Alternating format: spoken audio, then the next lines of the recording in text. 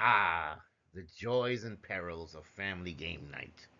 Monopoly, with its blend of strategy, luck, and cutthroat competition, always has a knack for stirring up emotions and turning friendly gatherings into heated battles of wits.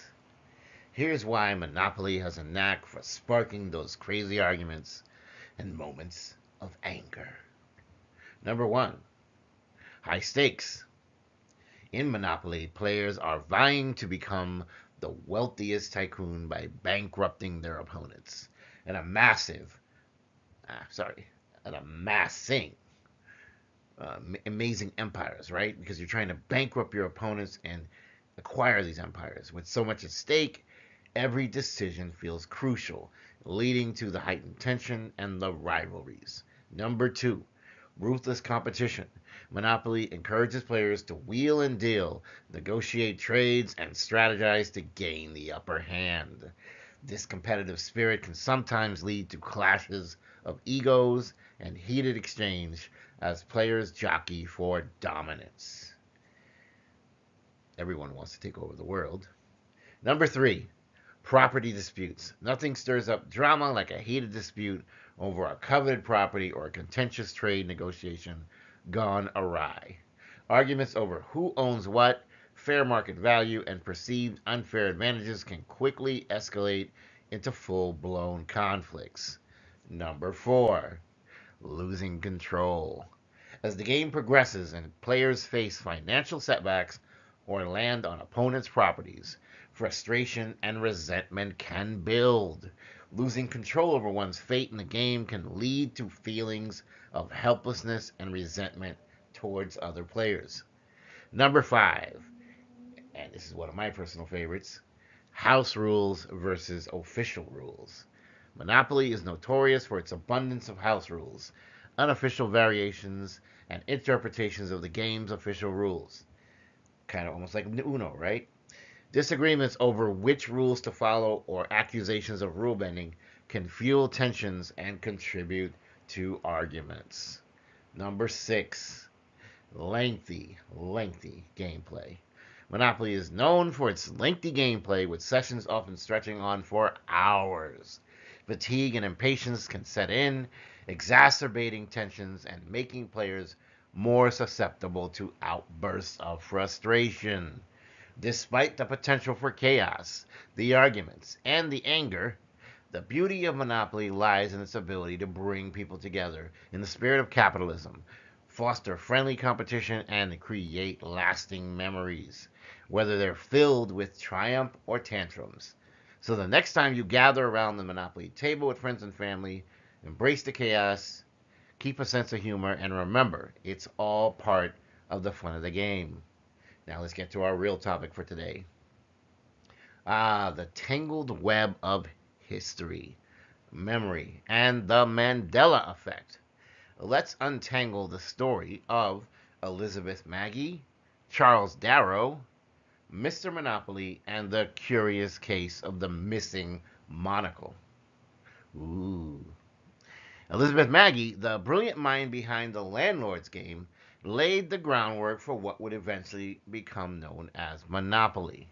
This is talking about early 1900s here, right?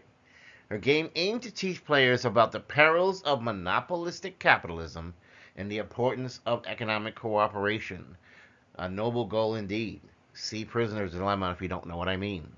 Now enter Charles Darrow, who took Maggie's concept but put his own spin on it and unleashed Monopoly upon the world. With its iconic board, colorful properties, and ruthless competition, Monopoly became an instant classic, captivating players of all ages.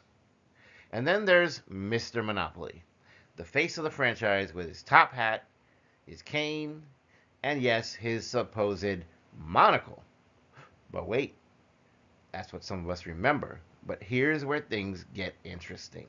Despite the collective memory of Mr. Monopoly sporting a monocle, if you take a closer look at official Monopoly branding and artwork, you will find that he's actually monocle free.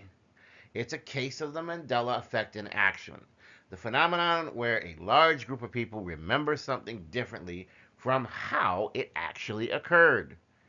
How did this misconception come to be?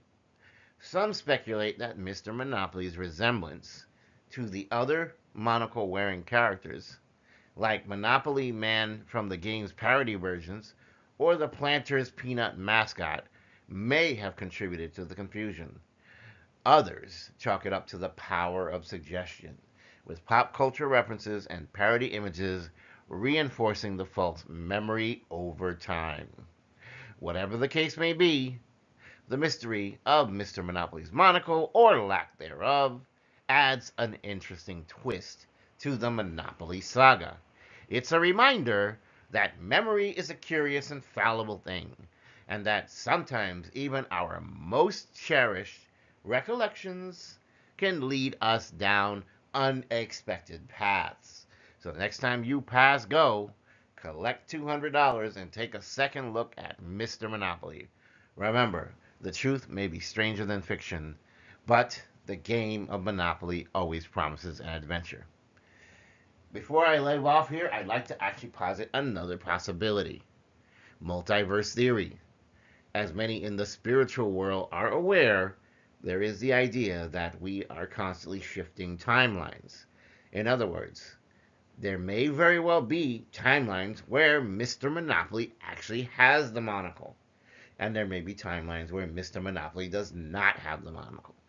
As a result, we as human spirits often sometimes shift between changing realities, because the Mandela effect is more than just a monocle with Mr. Monopoly. It ranges from a whole variety of things. Things that people remember. For example, on the Disney opening animation, a lot of people remember Tinkerbell flying across the screen and making a little path of stars with her magic wand and all that. But apparently, that's not the real opening animation. But everybody says that it is. Everybody thinks that it is. Who knows? Maybe in another alternate reality, Disney did in fact do that. And maybe in another alternate reality, Monopoly actually had a monocle on the Monopoly Man. This is Woody. I'm hoping you enjoyed this segment. Please don't forget to like, share, and subscribe. And I love you. Have a wonderful day.